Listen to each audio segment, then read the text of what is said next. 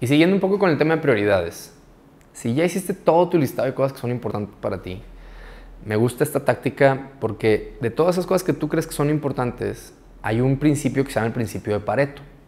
Sí, el principio de Pareto fue descubierto hace ya algunos siglos por un cuate que justamente se pegaba Pareto, que descubrió que en una cierta región de Italia el 80% de la riqueza estaba distribuida entre el 20% de las familias más ricas de esa zona de Italia.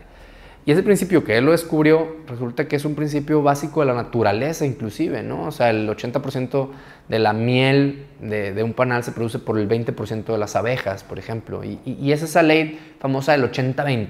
El 80-20 que escuchamos tanto en los negocios, el 80-20, el 20% de tus productos generan el 80% de tu ingreso, el 20% de tus clientes te hacen el 80% de las compras. Se repite y se repite y se repite, ¿no? O sea, no sé ahora con esto del coronavirus si el 20% de los infectados van a generar el 80% del spread, no lo sé.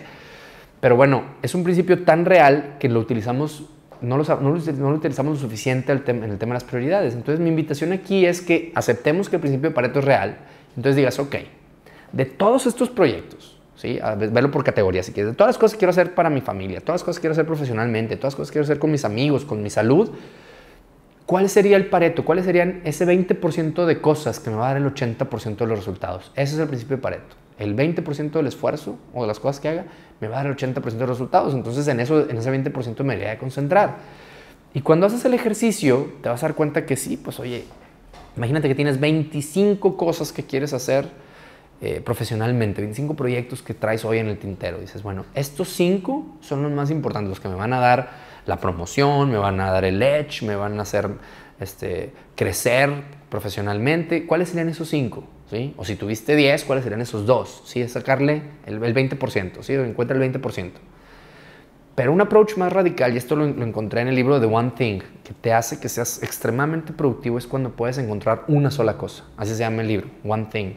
Y lo puedes encontrar One Thing en familia, One Thing profesionalmente. Idealmente empiezas a encontrar cómo se conectan esos One Things distintos, que es algo que me pasó a mí con el tema de Dare to Learn, y encontrar una profesión, una pasión, un hobby, algo en lo que puedo involucrar a mi familia, etc. Pero empieza a pasar cuando te das cuenta de lo poderoso que puede ser tener una sola cosa.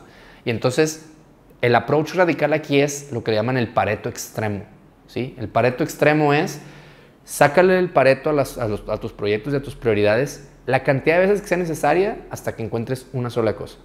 Un ejemplo muy típico es tienes un problema de salud, muy probablemente si sacas el Pareto vas a encontrar que tiene que ver con lo que comes, con si duermes o no, si haces ejercicio, etc.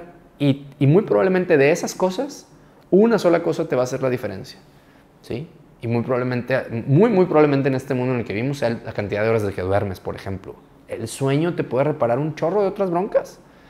Pero estamos ahí inventándonos, a lo mejor queriendo abarcar todo, dieta, ejercicio, sueño, caminar, breaks, mindfulness. ¿Cuál es una sola cosa que te va a hacer la diferencia en los aspectos importantes de tu vida?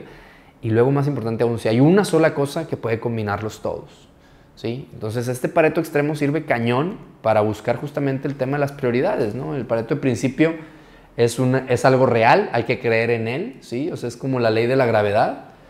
Y entonces puedes tener todos tus pendientes, pero no todos los pendientes te van a llevar al éxito, ¿sí? Es bien diferente el to-do list versus el success list.